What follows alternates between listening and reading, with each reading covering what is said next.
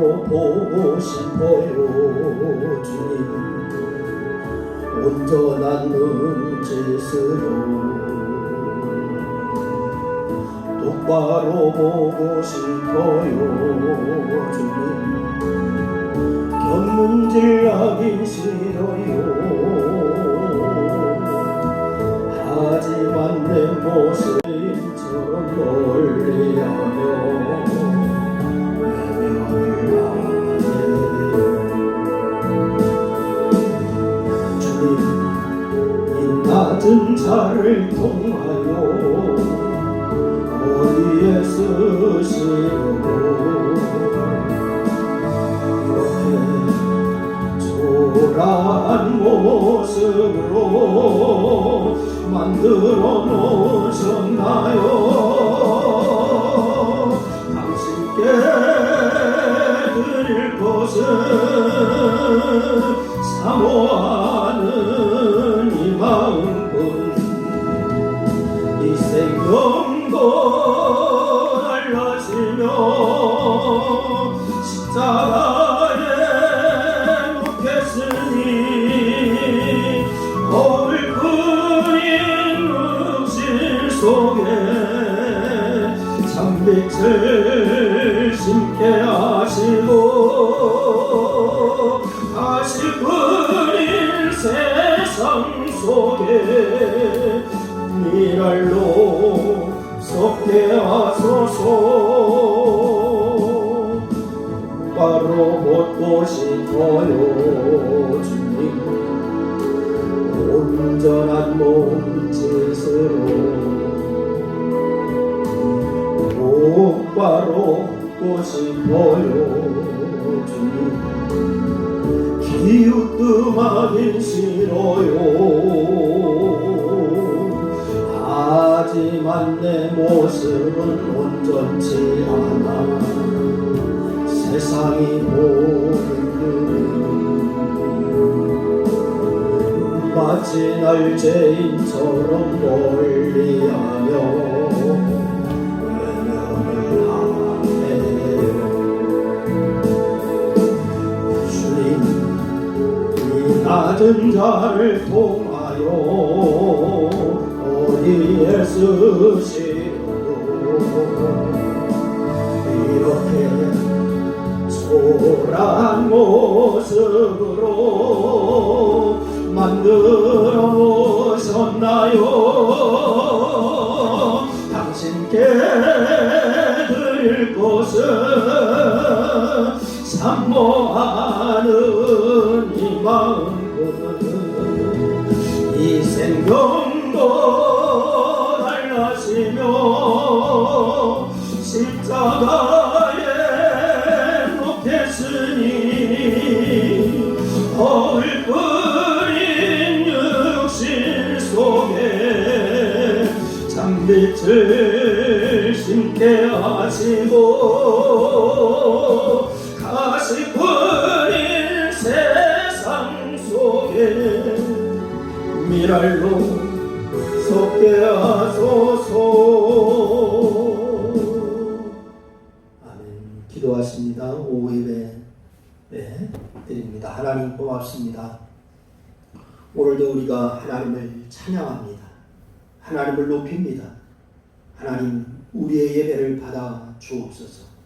이 땅을 고쳐주시고 하나님 이 세계의 아버지 하나님이여 모든 질고를 치유하여 주시옵소서. 이 나라 가운데 함께 하시고 교회 가운데 함께 하여 주시고 성도들 정말 하나님을 붙잡는 믿음의 행보가 있게 하여 주시옵소서. 이 시간 주께서 영광 받으심을 감사하며 우리 주님 예수님의 이름으로 기도드리옵나이다. 아멘. 우리 찬송가 259장입니다. 259장 찬송을 함께 드리겠습니다. 259장 찬송 같이 드립니다.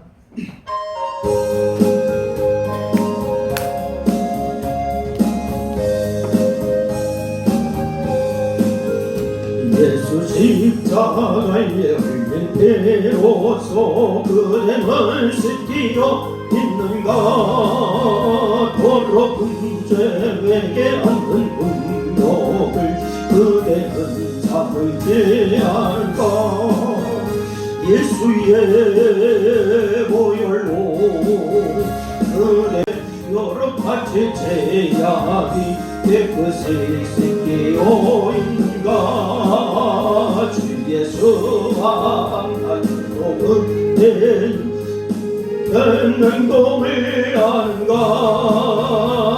무대나 어디서나 그대는 십자가 들고 있는가 예수의 보혈로 그대는 씻기어 있는가 할렐루야 마음속에 여러 가지 제약이 깨끗이 씻기어 있는가 주님 예수 다시 볼 때 그대는 영접할 예복이 있는가 그대 몸은 거룩한 곳 천국에 들어갈 준비가 됐는가 예수의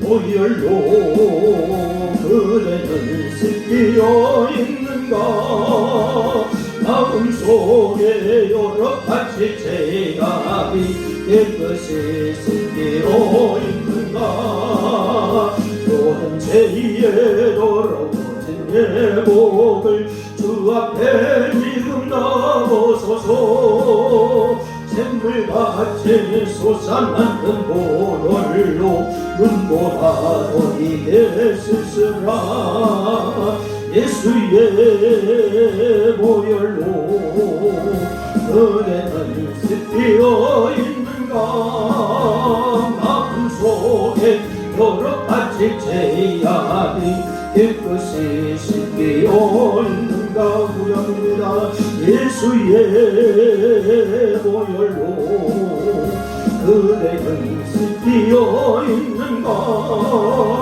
마음속에 여러 가지 제약이 깨끗이 씻기어 있는가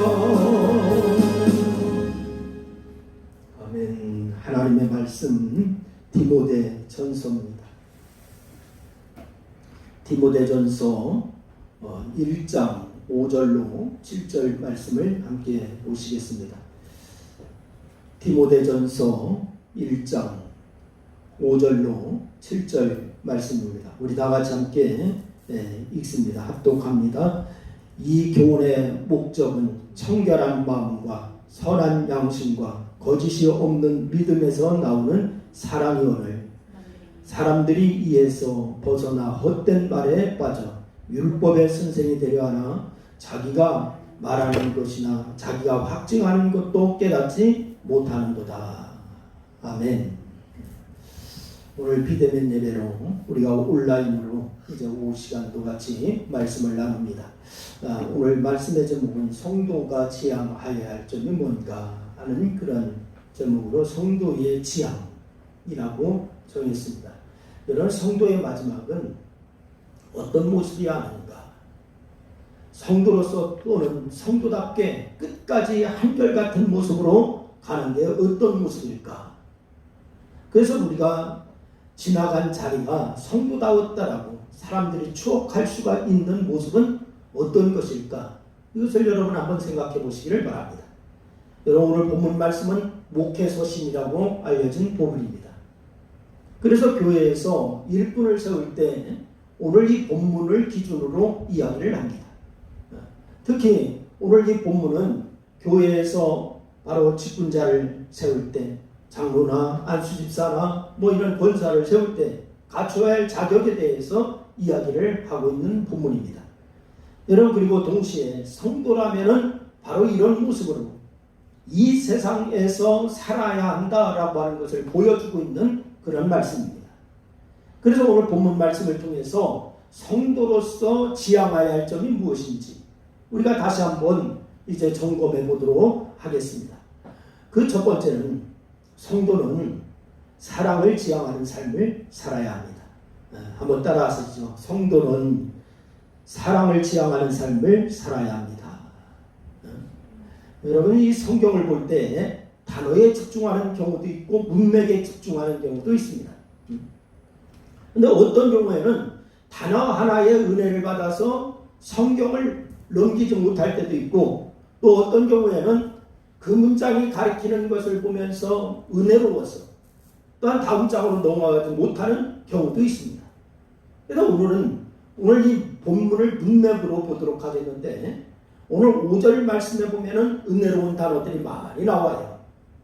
이 본문 문장을 보면은 사랑을 강조하고 있습니다. 뭐를 강조한다고요? 여러분 다 따라서 하시기 바랍니다. 대답을 하셔야 됩니다. 비대면이라고 대답을 안 하면 안 됩니다. 무엇을 강조한다고요? 사랑을 강조한다. 여러분 우리 성경에는 그렇지 않지만 헬라어로는 영어도 마찬가지입니다만 이 교훈의 목적은 사랑이다 라고 단도직입적으로 말씀을 하고 있어요. 이 교훈의 목적이 사랑이다. 그래서 어순이 다른 것이죠. 그러니까 이 본문을 원어식으로 읽으면 이렇습니다. 이 교훈의 목적은 사랑입니다. 그런데 이 사랑은 청결한 마음, 선한 양심, 거짓 없는 믿음에서 나오는 것입니다. 라고 이렇게 얘기합니다. 그래서 사랑은 어디서 나오느냐? 청결한 마음과 선한 양심과 거짓 없는 믿음에서 사랑이 나오는 거예요. 지금 말씀드린 것처럼 이 구절이 제일 강조하는 것은 바로 사랑입니다. 성도가 지향하는 삶은 바로 사랑이어야 한다라고 하는 거예요. 이것을 놓친 채 청결한 마음이나 선한 양심 그리고 거짓 없는 믿음에 대해서 이야기하는 것은 방향성을 놓친 것입니다. 성경은 일관되게 사랑을 이야기하고 있어요. 그래서 하나님도 사랑이시라고 하면서 사랑하지 않는 자는 하나님을 알지 못한다. 요한일서 4장 8절 말씀에 분명하게 우리에게 말씀을 주시고 있어요. 하나님께서 독생자를 우리에게 주신 것은 우리를 너무나 사랑하셨기 때문이다.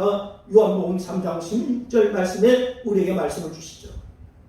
그리고 하나님을 사랑하는 것과 이웃을 사랑하는 것이 온 율법과 선지자의 강령이다. 마태복음 20장 40절 말씀에 분명히 말씀을 주시고 있습니다. 그래서 온 율법과 선지자라고 하는 것은 신구약 성경 전체를 이야기하는 거예요. 신구약 성경 전체. 그래서 흔히 세상 사람들이 기독교를 사랑의 종교다라고 표현하는데 그들이 이 사랑을 제대로 깨달았는지는 모르지만 바로 그 표현만큼은 정확하다라고 할 수 있는 것이에요. 기독교는 사랑의 종교 맞습니다. 그러나 우리는 우리의 삶의 지향이 사랑이어야 한다고 하는 점을 잊어서는 안 되는 거죠. 우리가 죽었을 때 거창한 것은 안 남아도 됩니다. 다 없어질 것을 굳이 남겨서 무엇하겠어요? 남기고 싶은 그것들이 영원한 하나님 나라까지 연결이 될까요? 그저 그 사람 친송하기 위해서 몇 번 말하는 것일 뿐 그저 하나님 나라로 연결되는 것은 아니다라고 하는 거 우리가 다 잘 알고 있습니다. 이름 앞에 붙일 관직이나 학위도 땅에 묻히는 것이 책을 많이 저술하였다라고 하더라도 하나님 나라에서는 아무 소용이 없는 내용들일 뿐이라고 하는 사실입니다. 그래서 우리가 죽었을 때 그저 하나만 남으면 돼요. 주변에 모인 사람들이 이구동성으로 여러분을 평가하는 겁니다. 이 사람은 정말 사랑이 많았던 사람이었어. 이 평가를 받으시기를 바랍니다. 사랑이 성도의 궁극적인 모습인데 사랑했다는 거 말고 다른 것이 남는들 무슨 의미가 있겠어요? 오히려 다른 건 안 남아도 이 사람은 사랑으로 살았던 사람이야. 이 말 한마디만 하나만 남으면 성도로서 성공한 삶인 줄로 믿으시기를 바랍니다. 그래서 우리는 살아있는 동안 생각할 것은 하나밖에 없어요. 지금 나는 사랑하고 있느냐? 여러분에게 한번 물어보시길 바랍니다. 야, 너는 지금 사랑하고 있냐? 자기의 이름을 불러대면서 야, 자춘아, 너는 지금 사랑하고 있냐? 이거 하나 여러분에게 물어보시길 바랍니다. 나는 하나님으로부터 받은 사랑 때문에 하나님을 사랑하고 사람을 사랑하고 있는지 늘 점검해 보아야 될 줄로 믿으시길 바랍니다. 여러분 여러 가지 화제거리를 갖고 멋지게 이야기할 수 있습니다. 하지만 사랑을 나타내지 않는다면 그 멋질 화술이나 담론, 이게 무슨 소용이 있겠어요? 여러분, 사람들이 이에서 벗어나 헛된 말에 빠져. 이것이 오늘 6절로 7절 말씀이에요. 사람들이 이에서 벗어나 헛된 말에 빠져 율법의 선생에 데려가라. 자기가 말하는 것이나 자기가 확증하는 것도 깨닫지 못하는도다. 이렇게 얘기하고 있습니다. 많이 말하려고 하는 사람은 율법 선생이 되는 거라고 말씀하고 있어요. 자신이 맞는 말이라고 하는 것이지만은 율법 선생이 될 뿐이다 라고 하는 것을 얘기하고 있습니다. 그리고 그렇게 떠드는 것들은 결국 자신도 확증하지 못하는 것들이라고 얘기합니다. 우리는 이래야 된다, 저래야 된다 말을 참 많이 합니다. 아, 그렇게 하면 안 돼, 이렇게 해야 돼, 아이고 그렇게 하면 실패해, 이렇게 해봐, 이렇게 많이 말을 합니다. 그리고 그 말에 따라서 다른 사람을 판단하는 일도 참 많이 합니다. 자기 자신을 바라보는 게 아니라 다른 사람을 판단해요.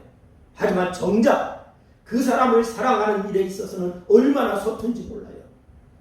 사랑하는 것에 대해서 정말 그 사람을, 그 영혼을 사랑했는지 스스로의 양심에 물어보면은 대답할 수 없을 때가 얼마나 많은지 모릅니다.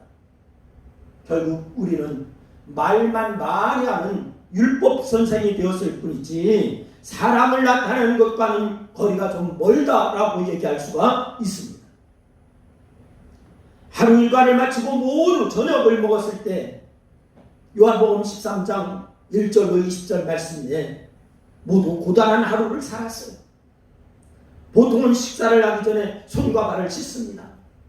하지만 너무 피곤한 나머지 씻을 생각조차 하지 못하고 식사를 할 때, 그때에 예수님께서 자리에서 일어나셔서 겉옷을 벗고 수건을 허리에 두르시고 배에 물을 떠서 제자들의 발을 씻기십니다. 그리고 이 제자들을 가르치시기 위해서라면은 손과 발을 씻어야 한다라고 말만 하면 되겠지만은 예수님은 그렇게 하지 않으셨어요. 근데 예수님이 하신 것은 말이 아니었어요. 그저 묵묵히 제자들의 발을 손수 씻어주는 것이었습니다. 그래서 주님은 가르치시기 이전에 사랑을 먼저 하셨어요. 정결례법에 따라 씻는 게 중요하다는 거 다 알죠. 굳이 이야기하지 않아도 됩니다. 요즘 코로나19 때문에 손 씻기 너무너무 강조하지 않습니까? 너무 중요합니다. 제가 아는 어떤 미국에 있는 의사는 그러더라고요. 아주 미친 듯이 손을 씻어라 이렇게 얘기하더라고요. 미친 듯이 손을 씻으래요. 기회가 있을 때마다 계속 씻으래요. 그보다 그들을 씻어주는 게, 즉 말 없이 사랑하는 게 더 필요하다라고 예수님 말씀하신 거죠. 반면 우리는 어떻습니까? 사랑도 말로 하잖아요. 사랑은 행동을 하는 것인데 사랑조차도 뭘로 하느냐? 말로 합니다. 사랑하니까 가르쳐주는 것이라고 하잖아요. 내가 당신 사랑하니까 가르쳐주는 거야. 응? 사랑하니까 알려주는 거야. 이렇게 얘기하잖아요. 근데 사실 이건 사랑하는 게 아닙니다. 진짜 사랑하면 말할 필요 없어요. 그냥 씻어주는 게 되어야 되는 거예요. 해주어야 되는 거예요. 성도인 우리가 잊지 말아야 하는 것은 우리가 사랑을 지향하고 있느냐 하는 점이에요. 내가 사랑을 지향하고 있느냐. 여러분, 사랑을 가르치려고 하는 자가 아니라 사랑하는 자가 되어야 됩니다. 그래서 저도 우리 집에서 빨래도 합니다. 제가 세탁기도 돌리고 그럽니다. 청소도 합니다. 왜? 우리 가족을 사랑하기 때문에. 여러분, 이 지향이 없다면 우리의 말은 울리는 꽹과리에 지나지 않아요. 어떤 자리든지, 어떤 상황이든지, 어떤 신분이든지 성도는 사랑을 지향하는 자가 되어야 되는 줄로 믿으시기를 바랍니다. 두 번째는 이 사랑의 바탕은 청결한 마음, 선한 양심, 거짓 없는 믿음이어야 된다라고 오늘 본문 말씀에 말씀을 주고 있어요. 우리가 두 번째로 관심 갖고자 하는 것은 이 사랑이 어떤 사랑이냐라고 하는 사실입니다. 여러분, 어떤 사랑? 이 세상에서의 사랑은 간혹 왜곡된 사랑이 많이 있어요. 어떤 사람은 자신의 명성 때문에 사랑하는 사람이 있습니다. 어떤 사람은 얻어질 이익 때문에 사랑하는 사람이 있습니다. 그래서 어떤 사람은 사랑을 보이되 편파적으로 보이기도 하는 경우가 많이 있습니다. 때문에 사람은 사랑하고 그렇지 않은 경우에는 무관심하고, 세상 사람들의 사랑은 이런 경우가 많습니다. 심지어 믿음으로 한다고 하면서도 이런 계산적인 사랑을 나눌 경우가 얼마나 많은지 몰라요. 여러분 성경에 보니까 아나니아와 삽비라 이야기 여러분이 잘 아시는 말씀이 나오잖아요. 사도들 발 앞에 밭을 판 돈을 절반을 내놓았습니다. 대단한 사랑을 실천한 거예요. 이거 아무나 할 수 있는 일 아니죠. 하지만 이들이 이렇게 한 이유는 뭐냐? 친송을 받고 싶어서 그렇게 했다라고 얘기합니다. 겉으로는 진심인 척했지만 속에서 엄청 계산을 두드리고, 계산기를 막 두드리고 있는 거예요. 계산기를 계속 두드리고 있습니다. 그래서 겉으로는 놀랄만한 일을 했지만 실제로는 전혀 놀랄 일이 아니었어요. 오히려 이들은 성령을 속인 죄로 죽임을 당하고만 하는 것을 우리가 사도행전 5장 말씀을 통하여서 발견할 수가 있습니다. 이런 무서운 경우가 있는데도 불구하고 오늘날 교회들이, 성도들이 얻을 이익을 계산하면서 사랑을 보일 때가 얼마나 많습니까? 이런 진정한 사랑이라고 할 수가 없어요. 이런 사랑으로는 성령의 열매를 맺을 수가 없어요. 그냥 인간이 정치적인 술수만 남는 거예요. 계산된 사랑은 사랑이 아닌 거예요. 여러분 성도는 사랑을 보여야 될 줄로 믿으시기를 바랍니다. 하지만 이 사람이 어떤 사랑인지 중요합니다. 오늘 본문 5절 말씀해 보니까 사랑의 출처를 분명하게 밝히는데, 이 교훈의 목적은 정결한 마음과 선한 양심과 거짓 없는 믿음에서 나오는 사랑이오늘. 여러분 첫 번째 출처가 정결한 마음이라고 말씀하고 있어요. 정결한 마음은 사랑의 어떤 이익을 보라고 하는 것이 아니라 순수하게 사랑해서 하는 행동, 이게 정결한 마음입니다. 어떤 사람이 무엇인가 할 때에 그 마음이 청결한 상태에서 하는 것과 그렇지 않은 것은 천질 차이예요. 그래서 순수한 마음으로 할 때 진정성이 있는 거예요. 두 번째 출처는 뭐냐? 선한 양심이라고 말씀하고 있습니다. 뭐라고요? 선한 양심. 선한 양심은 그 동기에 어떤 불순한 것이 들어있지 않는 것을 의미하는 거예요. 사실 청결한 마음과 선한 양심은 구분되는 게 아닙니다. 사실은 청결한 마음, 선한 양심, 이건 사실 구분되는 게 아니에요. 중요한 것은 사랑은 그 어떤 이익이나 불순한 동기에서 나오는 게 아니라는 거죠. 그래서 순수하고 순전한 데서 나오는 것이 사랑입니다. 어찌 보면은 청결한 마음과 선한 양심 자체는 세 번째 살필 것에서 비롯된다라고 할 수가 있어요. 그 사랑의 세 번째 출처 뭐라고 했습니까? 거짓 없는 믿음입니다. 거짓 없는 믿음. 이 거짓 없는 믿음이 사랑의 출처이기도 하고 앞서 살핀 정결한 마음이나 선한 양심의 출처이기도 한 거예요. 그래서 믿음 자체가 순수하면은 그 순수한 믿음에서 정결한 마음과 선한 양심이 나오고, 이런 것들에서 나오는 사랑이야말로 하나님이 기뻐하실 순전한 사랑인 줄로 믿으시기를 바랍니다. 그럼 우리는 거짓 없는 믿음의 소유자가 될 수 있기를 주의 이름으로 축원합니다. 우리의 믿음이 가짜이거나 불순한 것이 되어서는 곤란합니다. 순수하게 예수 그리스도의 십자가를 바라보는 믿음이어야 될 줄로 믿으시기를 바랍니다. 하나님의 사랑의 구속을 순전하게 믿어야 됩니다. 이런 거짓 없는 믿음이야말로 우리를 하나님 앞에 세우는 믿음이 되는 거예요. 여러분과 제가 하나님 앞에 설 수 있는 믿음, 사실 거짓 없는 믿음과 그로 말미암은 청결한 마음과 선한 양심을 갖는 자들은 이 세상에서 이용당하기 무척 쉽습니다. 이용당하기 쉬워요. 세상은 순수하지 않거든요. 이익을 얻으려는 마음들이 가득하거든요.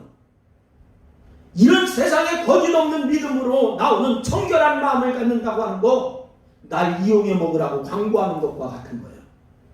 날 이용해 먹으세요, 이런 것과 똑같아요. 그러나 진정한 사랑은 바로 이런 데서 나오는 거예요. 이런 계산 없이 하나님만 바라보므로 사랑하게 되는 것, 이것을 말하는 겁니다. 우리의 사랑이 힘들더라도 이래야 될 줄로 믿으시길 바랍니다. 마지막 세 번째로, 이런 사랑을 지향하는 것은 말씀으로만 가능해요.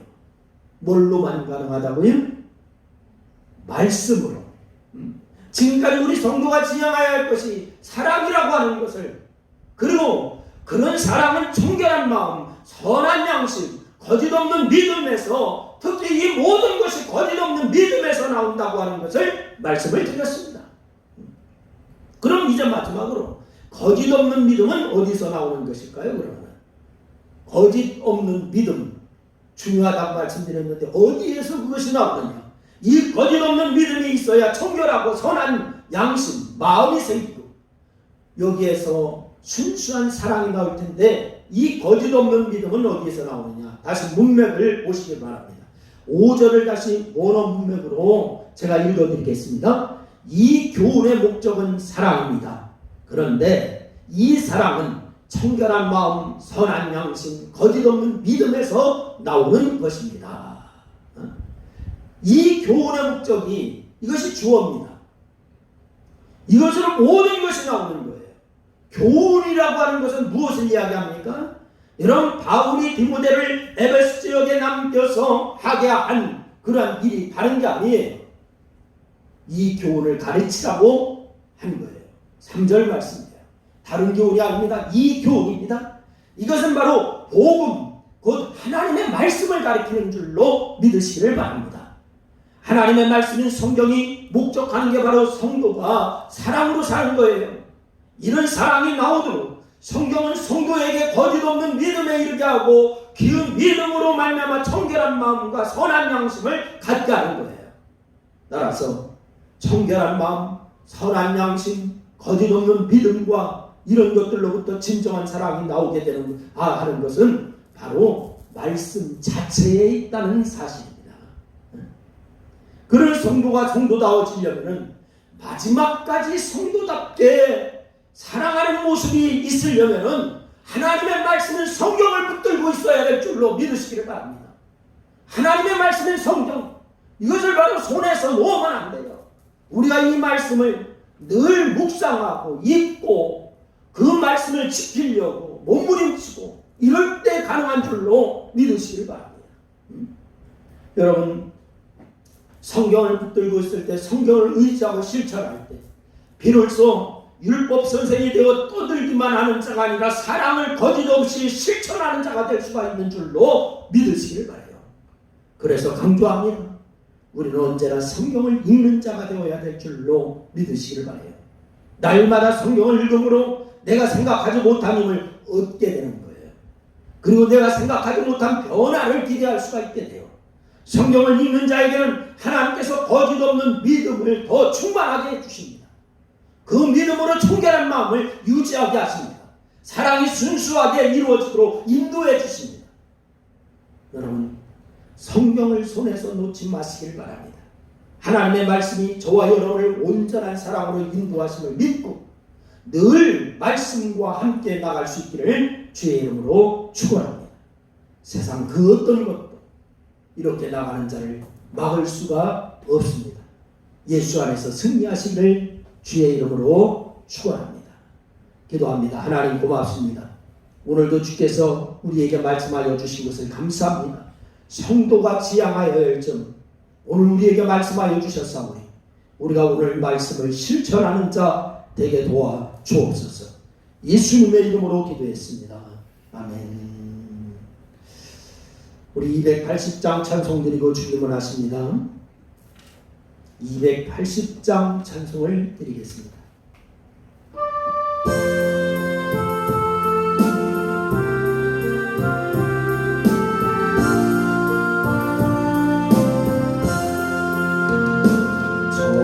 전부여 의지옵소서 손들고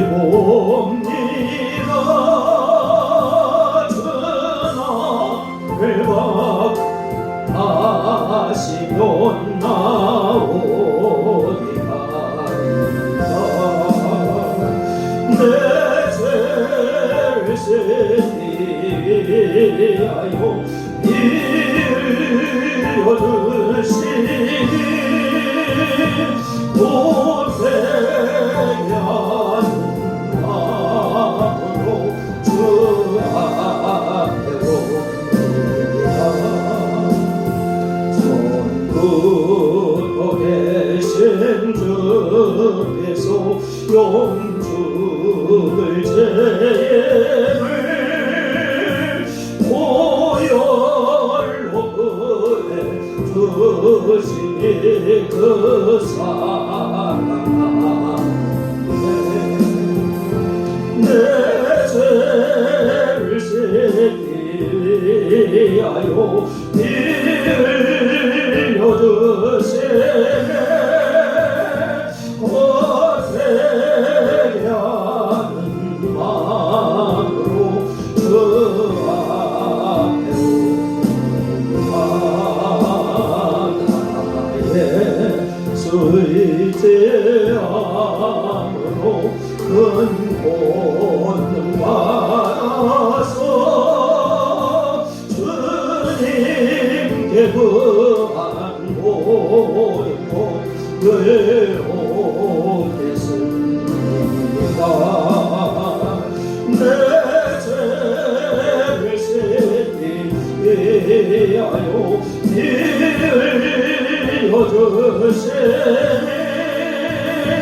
못되게 하는 마음으로 주 앞에 옵니다. 아멘. 주기도 원하십니다.